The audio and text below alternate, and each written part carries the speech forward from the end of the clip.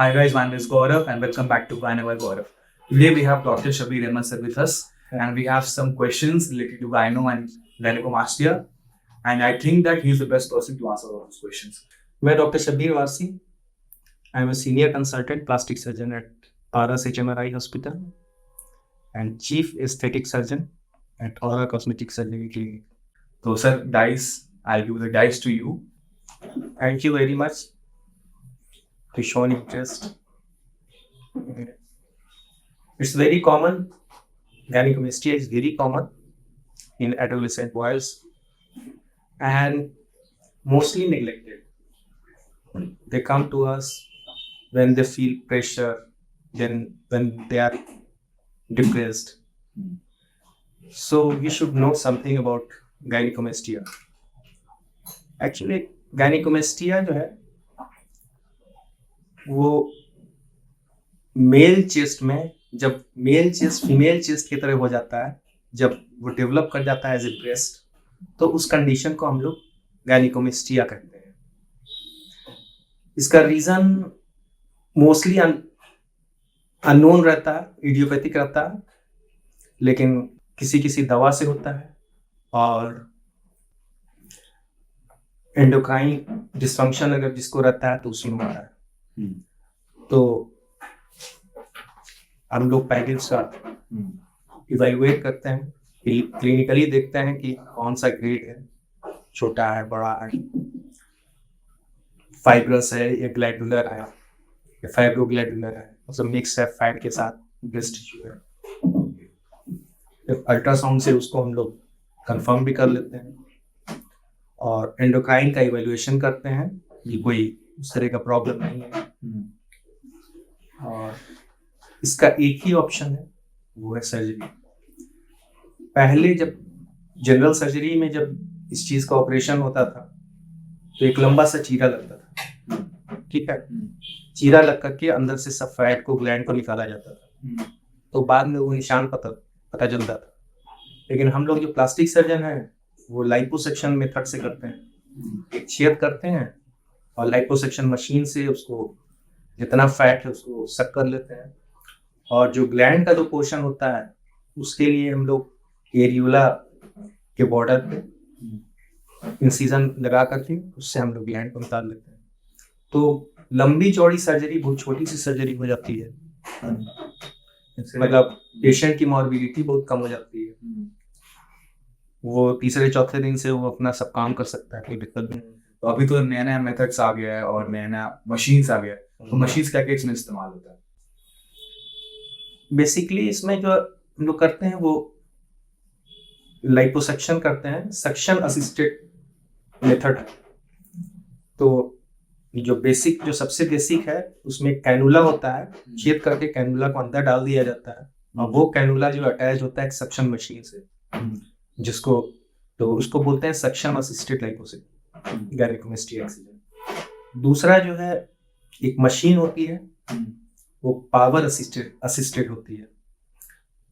तो वो जो कैनुला जो अंदर जाता है वो फैट को तोड़ता है, इस तरह से मूव करता है, तो फैट जो है आराम से टूट जाता है, फिर सक्शन से उसको निकाल लेते हैं. तो इसको पावर असिस्टेड लाइपोसेक्शन बोलते हैं. एक तीसरी मशीन है जिसको वेजर बोलते हैं, वो फैट को जो है घुला देती है और फिर उसका इफेक्ट जो है स्किन पे भी होता है, स्किन कॉन्ट्रैक्ट करती है. तो इस तरह के एक लेजर से भी होता है कि प्रोब में ही जो है कैनुला में ही लेजर का प्रोब रहता है, वो भी सेम मेथड. लेकिन टाइम टेस्टेड जो है वो पावर असिस्टेड लाइपोसेक्शन. और एक और है माइक्रो एयर. मेरे पास जो है माइक्रो एयर कंपनी की है, ये यूएस बेस्ड कंपनी है माइक्रो एयर, तो उसकी मशीन है पावर असिस्टेड लाइपोसेक्शन मशीन. ठीक है. एक सर होता है ना हम लोग का सबसे ज्यादा कंफ्यूजन जो हम लोग सोचते हैं एज अ जिसको गायनो होता है उसको, कि मेरा गायनो है या फिर चेस्ट फैट है, तो इसमें डिफरेंशिएशन कैसे करेंगे हम लोग? एक तो क्लिनिकली पता चलता है. एक जब हम एग्जामिन करते हैं पेशेंट को तो एक ओवरऑल कोई आदमी मोटा है ना, वो पेट पे भी पूरी चर्बी है, सीने पे भी चर्बी है, जब उसको पाल्पेट करेंगे तो कोई ग्लैंड वगैरह नहीं मिलता है अंदर में। तो क्लिनिकल एग्जामिनेशन, फिर अगर बहुत ज्यादा डाउट होता है तो अल्ट्रासाउंड कर इस तरीके से पता चल जाएगा। अगर फैट भी है और अगर उसको पसंद नहीं है कि हाँ वो फैट नहीं रहे तो उसको भी निकाला जा सकता है लाइपोसक्शन से। ठीक है, जैसे कि पहले ही बताया कि इसका जो ऑप्शन है सिर्फ सर्जरी ही इसका एक ऑप्शन है। सर्जरी ही ऑप्शन है। तो और लोग ना मेडिसिन जैसे R19 आप सुने होंगे ऑब्वियसली, तो इन सब का क्या इसमें कोई रोल है? ऐसा कुछ आपको ओपिनियन है? सबका को खास रोल नहीं है, सबसे कुछ होता जाता है। Only option is surgery, that is liposuction and excision of gland. जैसे एज है ना, किस एज तक सर्जरी, किस एज के बाद करवा सकते हैं? हम लोग यूजुअली ना 18 साल की बात ही करते हैं। 18 के बाद। इसका कोई रीजन? उसका रीजन है कि बहुत सारा बॉडी में चेंजेस आता है। यूजुअली जो है उस वक्त हार्मोन के इफेक्ट से बॉडी जैसे फैट जमा होता है, एक्यूमुलेट करता है और धीरे धीरे वो फिर रिग्रेस करने लगता है, कम होने लगता है। तो जब एक बार वो स्टेबल हो जाता है तब सर्जरी करना चाहिए। अब 12 साल 14 साल का बच्चा आया है, उसमें वी डोंट करेक्ट, ठीक है। सर्जरी जब पेशेंट आता है और जो पूरा प्रोसीजर होता है सर्जरी का, वो आप एक्सप्लेन कर दीजिए कि कैसे कैसे होता है, आया फिर कैसे कैसे। सबसे पहले तो पेशेंट को हम लोग देखते हैं, एग्जामिन करते हैं, ठीक है ना, उसका रूटीन टेस्ट करवाते हैं, गायनिकोमेस्टिया है, ठीक है, लेकिन उसको कंफर्मेशन के लिए अल्ट्रासाउंड भी एक बार करवा लेते हैं और एंडोक्राइन की जांच भी कराते हैं, सब हार्मोन का असेसमेंट कर लेते हैं। ये बहुत ज़रूरी चीज़ है, रूटीनली लोग नहीं करते हैं लेकिन इसको करना चाहिए, क्योंकि कुछ लोग पूछते हैं कि क्या दोबारा से हो सकता है कि नहीं। तो मेरा ये कहना है कि अगर आपको हार्मोनल डिसबैलेंस है, ठीक है, solution is only surgery. Surgery आपने कर दी, लेकिन अगर डिसबैलेंस रहेगा तो वो फिर से गायनिकोमेस्टिया रिकर कर सकता है। ठीक है, इसलिए पहले हार्मोन की जो गड़बड़ी है उसको दूर करवाना है। वो जब सही हो जाता है तब सर्जरी करते हैं। मतलब बहुत सारे केस में जिसको मान लीजिए गड़बड़ी, जिसको गायनो है, वो गड़बड़ी नहीं भी हो सकती है। हाँ, नहीं, मोर देन 90% में कोई गड़बड़ी नहीं निकलती है। ये बहुत इंपॉर्टेंट चीज है। गड़बड़ी निकलती नहीं है लेकिन जांच करना चाहिए। वो कुछ पैसा बचाने के लिए जांच नहीं करना, सीधे सर्जरी कर देना, ये ठीक नहीं है। हो सकता है बाद में जब रिकर करेगा तो फिर आप पेशेंट भी परेशान होगा, आप भी परेशान होइए।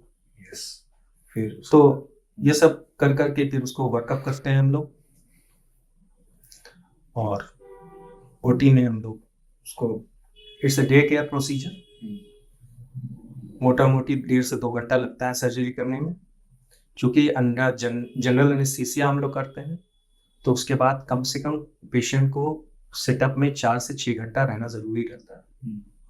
इसलिए सुबह में एडमिट होता है, दिन में हम लोग ऑपरेशन करते हैं, शाम तक पेशेंट घर पे रहते हैं।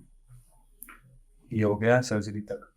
इस बीच एक क्वेश्चन बहुत ही कॉमन पूछते हैं कि पेन सर्जरी के टाइम, अगर एनेस्थीसिया में मान लीजिए दूसरा लोकल एनेस्थीसिया, अगर वो भी दे सकते हैं हम लोग? लोकल एनेस्थीसिया भी देते हैं। हाँ, तो उसमें कैसा पेन? इनफैक्ट जब हम लोग इसमें ना पहले सॉल्यूशन डाला जाता है, इन्फिल्ट्रेट जो है अंदर डालते हैं, उसमें ज़ाइलोकेन भी मिक्स करता है। अच्छा, ठीक है, तो वो भी पेन को रिड्यूस करने के लिए काम आता है। कुछ लोग ब्लॉक भी दे देते हैं साथ में, तो उससे भी पेन कम होता है। वैसे यूजुअली सब चीज़ की बहुत ज़्यादा ज़रूरत नहीं लगती है। 3 से 5 दिन तक जो है पेन किलर हम लोग जो नॉर्मल है, कॉम्बिप्लान वगैरह, वो सब देते हैं, उससे पेशेंट रिलीव रहता है। ड्यूरिंग सर्जरी तो पता चलना नहीं है। आप सर्जरी के बाद भी उससे बहुत ज़्यादा 3 दिन के बाद बिल्कुल आदमी नॉर्मल हो जाता है। यूजुअली जब हम करते हैं ग्लैंड रहता है ज़्यादा तो ड्रेन भी डालते हैं अंदर में, कि अंदर में कैविटी है, वहाँ से आपने सब चीज़ निकाल दिया तो बीच में कैविटी बन जाती है, तो उसमें एक पतली सी ट्यूब डाल देते हैं, उससे जो भी कलेक्टेड फ्लूइड है वो बाहर आता रहता है। तो यूजुअली 3rd डे हम उसको निकाल देते हैं। अच्छा, उसके बाद एक प्रेशर गारमेंट दे देते हैं पहनने के लिए कि वो कंटूरिंग बने, वो भी इम्पोर्टेंट है। उसको कम से कम 3 महीना हम लोग बताते हैं पहनने के लिए, वो कम उसको कंट्रोल करने में कंट्रोल करने में 3 महीना एटलीस्ट इसको पहनने का एटलीस्ट। करेक्ट। ये भी पॉइंट की ये भी क्वेश्चन पूछना था कि जो गारमेंट है उसको कब तक पहनना है करके। ठीक है। उसको कुछ लोग तो फौरन ही ओटी टेबल पे ही पहना देते हैं, हाँ। और कुछ लोग बाद में, हम यूजुअली थर्ड डे पहनाते हैं। उस अच्छा। वक्त ना प्रेशर ड्रेसिंग इस तरह का कर देते हैं कि वो प्रेशर रहे वहाँ पे। थर्ड डे उसी वक्त जो है नाप ले करके फौरन फटाफट बन जाता है। हाँ। वो ज्यादा सही रहता है।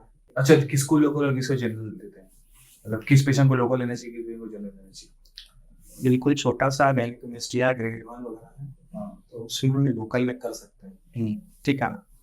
और दूसरा पेशेंट के ऊपर भी डिपेंड करता है। कोई पेशेंट अगर बहुत एप्रीहेंसिव है तो वो उसमें करने में दिक्कत होता है, फिर वो general anaesthesia is always preferable. और अब एनेस्थीसिया बहुत सेफ हो गया है, ऐसा ऐसी कोई डरने की बात नहीं है। हम लोग तो जो है 3 से 6 महीने के बच्चे का भी ऑपरेशन करते हैं, 70-80 साल के आदमी का भी ऑपरेशन करते हैं। तो अब एनेस्थीसिया पॉइंट ऑफ व्यू से it's very safe. God forbid कभी किसी के साथ कुछ हो जाए तो दैट इज डिफरेंट थिंग, ऐसा। इसलिए उसमें पेशेंट भी कंफर्टेबल रहता है और सर्जन भी कंफर्टेबल रहता है। लोकल में बहुत हर इंसीजन लगाने में, कुछ करने में शक्ल देखना पड़ता है पेशेंट का, हाँ, वेदर इज कंफर्टेबल और नॉट। सही, ये बात तो सही है। रिकवरी का जो होता है सवाल कि रिकवरी में होता है टाइमलाइन कि किस टाइम पे क्या होता है, रिकवरी का जो होगा बता दीजिए, रिकवरी कैसे कैसे होती है? रिकवरी मैंने बताया कि थर्ड डे यूजुअली ड्रेन निकाल देते हैं और प्रेशर गारमेंट दे देते हैं। 1 महीने के बाद वो ऑलमोस्ट वो हर काम कर सकता है, फिजिकल एक्टिविटी, मतलब जो चीज चाहे वो कर सकता है। अच्छा, खराब सर्जरी और अच्छी सर्जरी में क्या फर्क है, ये बताइए। देखिए ना, कुछ लोग का जो एक्सपेक्टेशन रहता है वो एक्सपेक्टेशन ही गलत है। सबसे पहले तो आदमी को चूज करना, जैसे खास तौर से हम लोग प्लास्टिक सर्जरी में ना, पेशेंट का माइंडसेट भी देखना बड़ा जरूरी रहता है कि इसका जो एक्सपेक्टेशन है वो रियलिस्टिक है या अनरियलिस्टिक है। तो लोग चाहते हैं कि बिल्कुल फ्लैट चेस्ट हो जाए। मेल का चेस्ट का एक सही शेप होता है ना, मसल बल्क होता है, उसके ऊपर फैट का एक लेयर होता है जिससे उसका फिगर जो है सही नजर आता है। आप पूरा फैट अंदर से अगर ये कर देंगे तो वो संकीर्ण सा नजर आता है, वो अच्छा नहीं लगता है। तो मेरा यूजुअली जितना भी पेशेंट करता है वो आपको देख के ऐसा नहीं लगेगा कि वो पूरा फैट जो है हटा दिया गया। फैट भी रहने देना है, ऐसा नहीं कि एकदम पूरा ऊपर से नीचे तक फैट को। कभी कभी हो जाता है कि जब ग्लैंड निकाल रहे हैं तो ग्लैंड निकालने में जो है कुछ ज्यादा अगर टिश्यू अगर अगल बगल से आपने निकाल दिया तो वो सॉसेज डिफॉर्मिटी बोलते हैं, वो बीच में गड्ढा रहेगा। यस यस, उसको सॉसेज डिफॉर्मिटी बोलते हैं। यहाँ ऊपर ठीक है, नीचे ठीक है, और ये जो बड़ा सा ग्लैंड आपने निकाला उसकी वजह कर वो डिप कर गया। तो उसमें भी जब हम लोग निकालते हैं तो थोड़ा केयरफुल होने का जरूरी है कि आप कितना निकाल रहे हैं, ठीक है ना। यूजुअली 1 सेंटीमीटर फैट हम लोग छोड़ते हैं वहां पे कि कंटूरिंग मेंटेन। फिर कॉम्प्लिकेशन तो बहुत सारा हो सकता है। ये कॉम्प्लिकेशन है कि अंदर में सीरोमा जमा हो जाए, है ना, हिमाटोमा जमा हो जाए, मतलब ब्लड जो है, ये ब्लाइंड प्रोसीजर है, हम कुछ अंदर देख नहीं रहे हैं, ब्लाइंडली अपना कैनुला को अंदर बाहर कर रहे हैं, ठीक है। कोई छोटा वेसल है वो पंक्चर हो गया और उसको कंट्रोल अगर नहीं कर पाए तो वो धीरे धीरे वो हीमाटोमा जो है जमा हो गया और फिर वही हीमाटोमा जो पतला होकर के वो फिर सीरोमा में कन्वर्ट हो गया और वो डिस्चार्ज आ रहा है। तो ये सब हो सकता है, पॉसिबिलिटी है, लेकिन रेयर है, ऐसा बहुत कॉमन नहीं है। और ये सब तो डिपेंड करता है कि उसी को ये करने के लिए हम लोग प्रेशर गारमेंट देते हैं, वो उसको दबाए रखता है। कोई ब्लड वेसल कुछ इस तरह का हो तो वो फिर सही है। बेड रेस्ट वही है, बेड रेस्ट का ऐसा कोई जरूरत नहीं है, है ना। जिस दिन सर्जरी है उस दिन ठीक है, आप नेक्स्ट डे से आप सब काम कर सकते हैं। नेक्स्ट डे से अपना इसी से सब काम कर सकते हाँ मार्क्स, तो जो मार्क्स होता है जो कट होता है उसका क्या मतलब कब तक जाता है वो, या फिर दिखता है कि इसका ऑनेस्ट एकदम आंसर बताइए। हैं। देखो, पहली तो जो मार्क जो बनता है वो किसी फोल्ड में बनाया जाता है, तो यूजुअली मार्क दिखता नहीं क्योंकि एकदम छोटा सा पोर्ट पोर्ट अंदर ट्यूब है, 4 mm 6 mm का कैनुला अंदर जाता है, तो उसका इतना छोटा सा तो ये रहता है, वो उसमें हम लोग सूचर लगाने की जरूरत नहीं समझते, मतलब टाँका नहीं लगाते हैं उसमें, वो अपने आप हील करता है। तो स्कार इज वेरी इनसिग्निफिकेंट। और ग्लैंड निकालते हैं वहां से, जहाँ से ग्लैंड निकालते हैं वो मार्जिन पे लगाते हैं, वो मार्जिन पे हम लोग का इंसिजन रहता है, वो विद टाइम जो है मर्ज कर जाता है, पता ही नहीं चलता उसमें कि कोई इंसिजन लगा है। केयरफुली लगाने का है। यस, अगर आप केयर नहीं किया, आप एरियोला पे नहीं लगा के स्किन के साइड में अगर लगा दिया तो वो वहां पे नजर आएगा। हाँ बिल्कुल। अगर एरियोला पे आप थोड़ा अंदर चले गए फिर भी नजर आएगा। तो बिल्कुल बॉर्डर पे देख कर करके, क्योंकि एरियोला एक स्ट्रेट लाइन नहीं है, थोड़ा जिगजैग टाइप की लाइन होती है, तो उसी हिसाब से आदमी को इंसिजन प्लेस करते हैं हम लोग कि वो एकदम बिल्कुल जो है जंक्शन पे हो। ठीक है। और जैसे आप तो फेशियल जो डैमेज होता है उन सब पर भी सर्जरीज करते हैं, तो मतलब ऐसा होता है ना कि बहुत लोग जो फेस का सर्जरीज करवाते हैं वो तो ज्यादा क्रिटिकल होता है ना, इससे ज्यादा क्रिटिकल होता है वो ये सबसे सिंपल सर्जरी, सबसे सिंपल है, सबसे सिंपल सर्जरी। हाँ। क्योंकि बहुत सारे केस में ना हम देखे हुए हैं कि अलग अलग जगह से जब पेशेंट्स फोटो भेजते तो मतलब अच्छा नहीं लगता है देख के, जबकि उसका मतलब ऑनेस्ट बात करें ना आपसे कि अच्छा नाम है बहुत सारे सर्जन का, लेकिन बहुत सारा मैंने कुछ केस में हर आदमी से कुछ ना कुछ मिस्टेक हो सकता है, जैसे ये सब है ना कि कंटूर इरेगुलरिटी वगैरह अगर हो गई, कि आपने निकाला ग्लैंड थोड़ा डिप्रेस्ड हो गया, तो ये हो सकता है। ऐसा नहीं है कि कोई आदमी बोल दे कि आप कितना भी आप कॉन्फिडेंटली आप कीजिएगा, हो सकता है, रेयर पॉसिबिलिटी है कि हो सकता है, लेकिन इसमें कोई ऐसा मेजर कॉम्प्लिकेशन नहीं है। It's very smooth, procedure is very smooth, procedure is very smooth. और इसमें डरने का कोई बात भी नहीं है कि ऐसा कोई बहुत, बल्कि सर्जरी को हम लोग प्रोलॉन्ग करके नहीं छोड़ो रहने दो क्या है, वो इसका बहुत निगेटिव इफेक्ट पड़ता है उस लड़के के ऊपर। मेरे पास तो ज्यादातर जो मतलब एडमिशन लिया है कॉलेज में वो लड़के आते हैं फर्स्ट ईयर सेकंड ईयर में, वो फादर के साथ कि इसको ऑपरेशन कराना है, मुझे टी शर्ट खोलने में खराब लग रहा है, मैं स्विमिंग नहीं कर सकता हूँ, पार्टिसिपेट नहीं कर पाता हूँ, तो वो एक वो डिप्रेशन वाला फेज स्टार्ट हो जाता है। तो इसको मेरे ख्याल से अगर डायग्नोस हो गया है तो इसको जल्दी से जल्दी करा लेना चाहिए। अब बहुत एक्सपेंसिव भी नहीं है, ऐसा भी नहीं कि बहुत ज़्यादा एक्सपेंसिव है, आज के डेट में तो सस्ते ही होते हैं।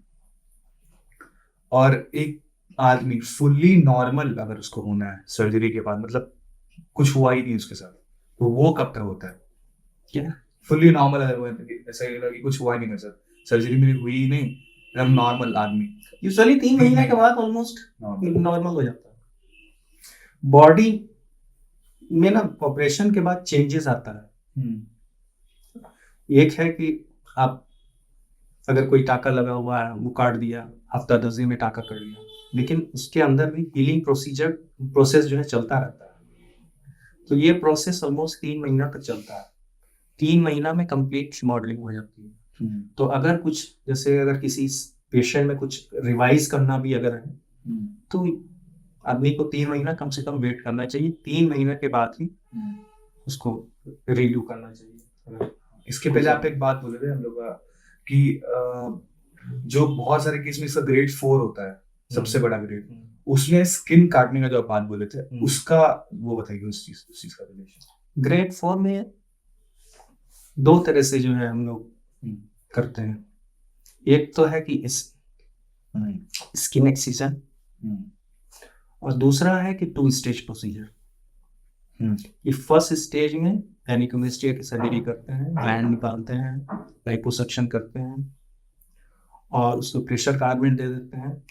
यूजुअली उस एज ग्रुप का जो बच्चा होता है वो बिल्कुल नॉर्मल हो जाता है, मतलब जरूरत ही नहीं पड़ती है स्किन एक्सरसाइज करने की। अगर जरूरत पड़ी तो बाद में आदमी एक्सरसाइज कर सकता है।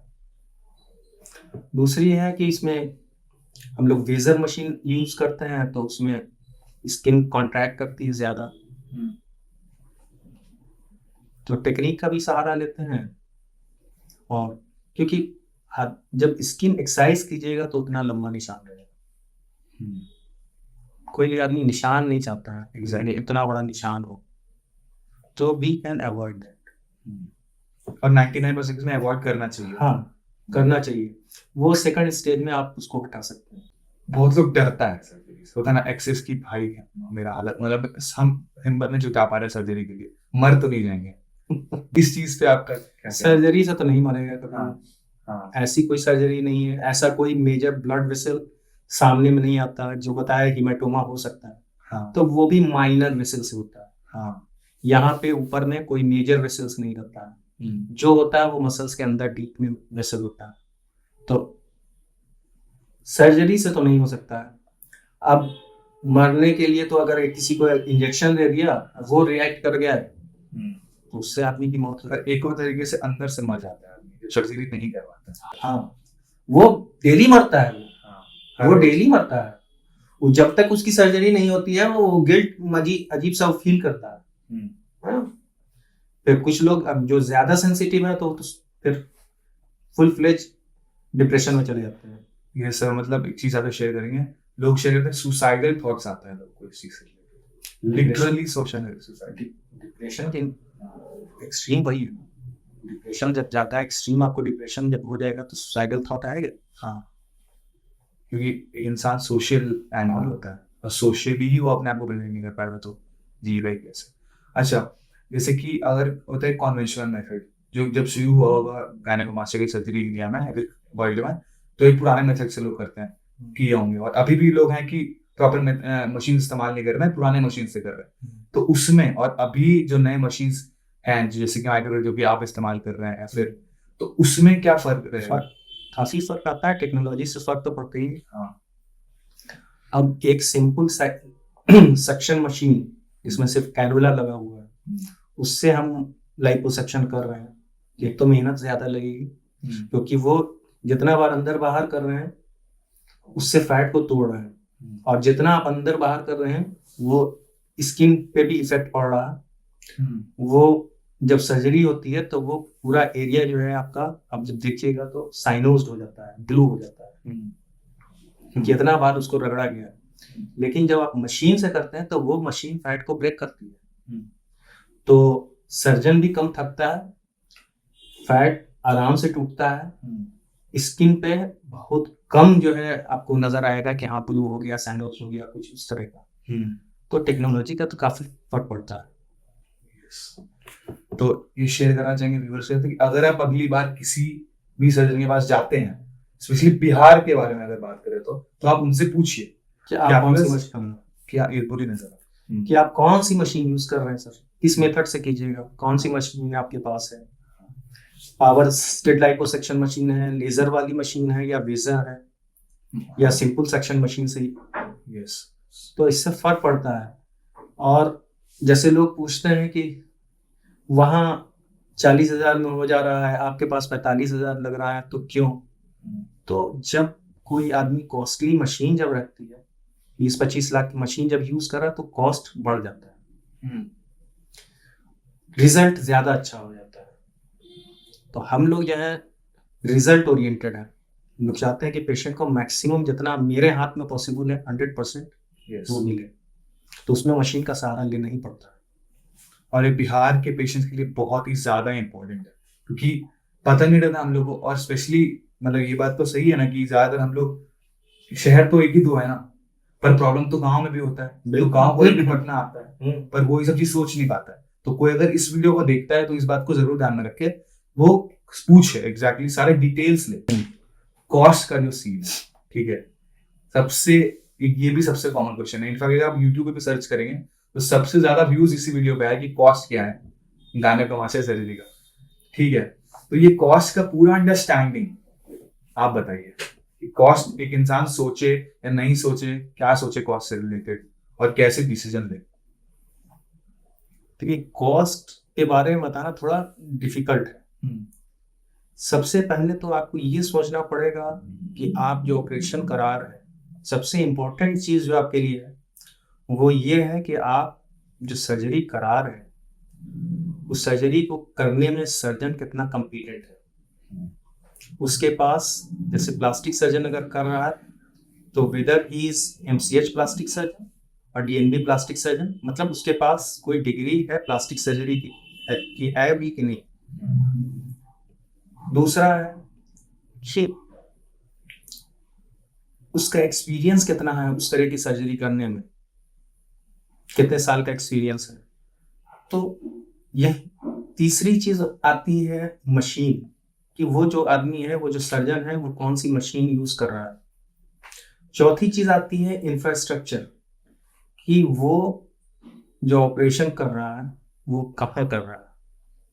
तो इंफ्रास्ट्रक्चर से कॉस्ट में काफी फर्क आता है। जो एक सर्जरी 50,000 में किसी नर्सिंग होम में हो सकती है, आप किसी कॉर्पोरेट हॉस्पिटल में जब सर्जरी कीजिएगा तो उसी सर्जरी का दाम 1.5 से 2 लाख हो जाएगा। तो कॉस्ट इसी तरह से वैरी करता है। किसी भी सर्जरी का दाम फिक्स नहीं है। हर सर्जन अपनी क्षमता, अपना एक्सपीरियंस के हिसाब से उस सर्जरी का कॉस्ट रखता है कि हाँ, हम जो 2 घंटा 3 घंटा इसमें लगा रहे हैं, तो ये सिर्फ 2-3 घंटा नहीं है, ये आपका पीछे का 30 साल का आपका एक्सपीरियंस है, आपकी पढ़ाई है। तो हर चीज को सोच, पैसा बहुत इंपॉर्टेंट चीज है, हर आदमी पैसे के बारे में सोचता है, लेकिन जहां सर्जरी की बात है तो सबसे पहले ये चीज देखना है कि सर्जन कितना एफिशिएंट है और कितना मतलब सेफ है। सेफ्टी मेजर बहुत इंपॉर्टेंट है कि एनेस्थीसिया अगर वहां दिया जा रहा है तो उनके पास एनेस्थीसिया की प्रॉपर मशीन है कि नहीं है। राइट। एक सर्जरी सिंपल बॉयल मशीन में भी हो सकती है और एक सर्जरी वर्क स्टेशन में भी होती है, तो दोनों की सेफ्टी में फर्क हो जाता है। वो वर्क स्टेशन होता है, उसके साथ वेंटिलेटर अटैच रहता है। अगर पेशेंट को आर्टिफिशियल सांस देने की देर तक जरूरत है तो वो मशीन काम आती है। तो हर कॉस्ट इसी तरह से वैरी करता है। एग्जैक्टली। दूसरी चीज है, इस सर्जरी के बारे में बोलते हैं। सर्जरी है, इसमें ग्रेड होता है, तो सर्जरी का दाम ग्रेड के हिसाब से बढ़ता जाता है। ग्रेड 1 में कम लगेगा, लोकल में करेंगे, एनेस्थेसिया का खर्च बच गया, ठीक है। ग्रेड 2 में भी अगर लोकल में करते हैं तो एनेस्थेसिया का खर्च बच गया, सिर्फ सर्जन की फीस लगी। ग्रेड 3 हो गया तो अब फैट ज्यादा निकालना है, ग्लैंड को ज्यादा निकालना है। ग्रेड 4 हो गया तो स्किन एक्सीजन भी करना है, फैट भी करना है, फैट भी ज्यादा निकालना है, तो उसी हिसाब से फिर जो है बढ़ जाता है। तो ये वैरी करता है, सर्जन टू सर्जन ग्रेड 1-2 की फीस भी वैरी करती है। फिर सेटअप से वैरी करता है।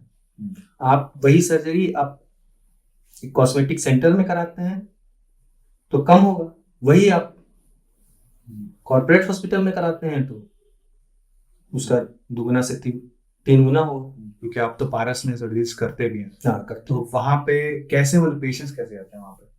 पेशेंट मौके आते हैं, मतलब फॉरेनर भी patient नहीं फॉरन नहीं, यही कर करते हैं थोड़ा, हाँ। क्योंकि जो वेल ऑफ है वो लोग आते हैं। अच्छा, जैसे एक आप पारस में भी करते हैं सर्जरी, तो आपको पता है कि ये कॉर्पोरेट हॉस्पिटल में क्या अवेलेबिलिटीज होती हैं और आपका खुद का सेंटर भी है। तो इन दोनों में आप अगर आप सेम जगह पे करेंगे तो डिफरेंस आएगा? इस सर्जरी में तो कोई डिफरेंस नहीं है। हाँ, क्योंकि पारस हॉस्पिटल में भी सब इंस्ट्रूमेंट मेरा अपना रहता है पर्सनल। वहां भी हम सब जो इस सर्जरी से रिलेटेड जितना इंस्ट्रूमेंट है मेरा अपना पर्सनल है, वो वहां जाके करते हैं। उसी इंस्ट्रूमेंट से मैं यहाँ भी करता हूँ। तो जहाँ तक एनेस्थेसिया का सवाल है, तो एनेस्थेसिया में भी सेफ्टी है। यहाँ भी वर्क स्टेशन के साथ है मेरे पास एनेस्थेसिया। ऑर्केस्ट्रेशन, एफिशिएंट एनेस्थेसिस रहते हैं। तो इस सर्जरी में तो बहुत फर्क नहीं पड़ेगा, सिर्फ एक ही चीज का फर्क पड़ेगा कि आपकी सर्जरी का दाम काफी कम हो जाएगा। यस, सही है। तो वहां पे क्या कॉस्ट होता है हॉस्पिटल्स, कॉर्पोरेट हॉस्पिटल्स? वहाँ यूजुअली 1.5 लाख के आसपास बैठता है। शुरुआती हुए ये फर्क है, मतलब सर्जन पे डिपेंड करता है, सर्जन पे डिपेंड करता है। इसके बाद आप कुछ ऐड करना चाहेंगे इस चीज, इस अब जो हम कुछ क्वेश्चन नहीं पूछता, आप पूछ पाए एज अ पेशेंट? यूजुअली तो हम लोग सब कवर कर लिए हैं। हाँ, किसी में एक चीज है, स्यूडो गायनिकोमेस्टिया भी एक टर्म यूज होता है, स्यूडो गायनिकोमेस्टिया। हाँ, ठीक है, यस, सूडो गायनिकोमेस्टिया। उसको गायनिकोमेस्टिया नहीं है, लेकिन उसको लग रहा है कि गायनिकोमेस्टिया है। ठीक है, उसने मसल इतना बिल्टअप किया है कि उसकी वजह कर उसको फीलिंग आता है कि गायनिकोमेस्टिया है, लेकिन उसको गायनिकोमेस्टिया ये भी कभी कभी मिल जाता है। तो उसमें कोई ऐसा सब करने की जरूरत नहीं। और बॉडी बिल्डर्स को भी आजकल गायनिकोमेस्टिया हो रहा है, Body- स्टेरॉइड्स की वजह से। हाँ, तो इस चीज में भी गायनिको में ये हो सकता है कि बॉडी बिल्डर जब बॉडी बिल्डिंग जब करने लगते हैं तो वो जब शो ऑफ करते हैं तब पता चलता है कि नहीं, इनको कुछ और भी है। हाँ हाँ हाँ हाँ ऐसे तो जब कपड़े के अंदर तो पता चलता नहीं। हाँ। तो उसमें ना सर एक इम्पॉर्टेंट चीज आता है, जैसे ना बहुत लोगों ने चेस्ट बना रखा है, आप होता है ना प्रॉपर चेस्ट बिल्डअप कर लिया है अपना एक्सरसाइज करके, उसमें उसको गायना हुआ, तो जब सर्जरी होगी तो उसका मसल इफेक्ट करेगा? नहीं, मसल अपनी जगह पर है, मसल इफेक्ट करेगा। क्योंकि स्किन और मसल दोनों के बीच की जगह में फैट है, जो एक्सेस फैट है या ग्लैंड है, तो उसको हटाते हैं, मसल्स तो अपनी जगह पर रहता है। गायनिकोमेस्टिया में सबसे बड़ी इंपॉर्टेंट चीज है कि आप कितना भी एक्सरसाइज कर लीजिए, वो फैट नहीं जाएगा, वो रेसिस्टेंट फैट है, वो वहां पे रहेगा। तो उसको इसी मेथड से हटा सकते हैं। ठीक है। देखो गायनिकोमेस्टिया हम ज्यादा हम रखते नहीं है।